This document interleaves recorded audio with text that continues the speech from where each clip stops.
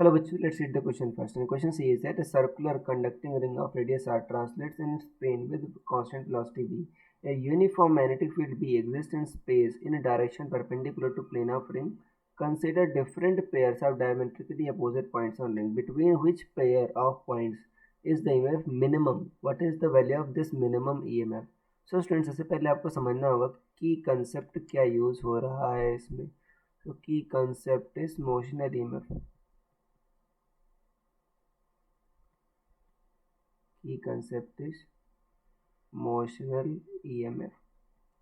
और motional EMF में बच्चों क्या होता है, इसकी जो वैल्यू आती है E, ये आती है VBL. देखो ये तीनों बच्चों आपके परपेंडिकुलर होने चाहिए, VBL परपेंडिकुलर होने चाहिए दूसरे के. फॉर एग्जांपल अगर मान लो एक लेंथ है बच्चों जिसकी वैल्यू मान लो L, ये V है. देखो L और V परपेंडिकुलर है, और मान लो मैग्नेटिक फील्ड आपका ऐसा है, ये प्लेन के परपेंडिकुलर है. तीनों परपेंडिकुलर है, तो इस केस में EMF कितना आ जाएगा आपका, VBL आ जाएगा.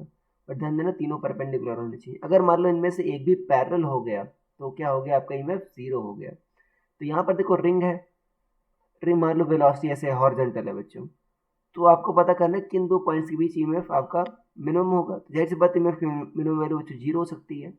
अगर मैं इन दो पॉइंट्स को लूँ, मान लो पॉइंट ए ले लूँ और ये पॉइंट बी ले लूँ, इन दो पॉइंट्स को लूँ, तो इनमें देखो ये क्या है, वेलोसिटी के पैरेलल ही है. तो v क्या है बच्चों आपका, पैरेलल टू क्या है आपका, लेंथ है.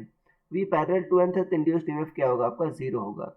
तो जो वेलोसिटी के पैरेलल पॉइंट्स होंगे उनके क्या होगा आपका, v इंड्यूस्ड EMF जीरो होगा. So I hope you understood it well. Best of luck.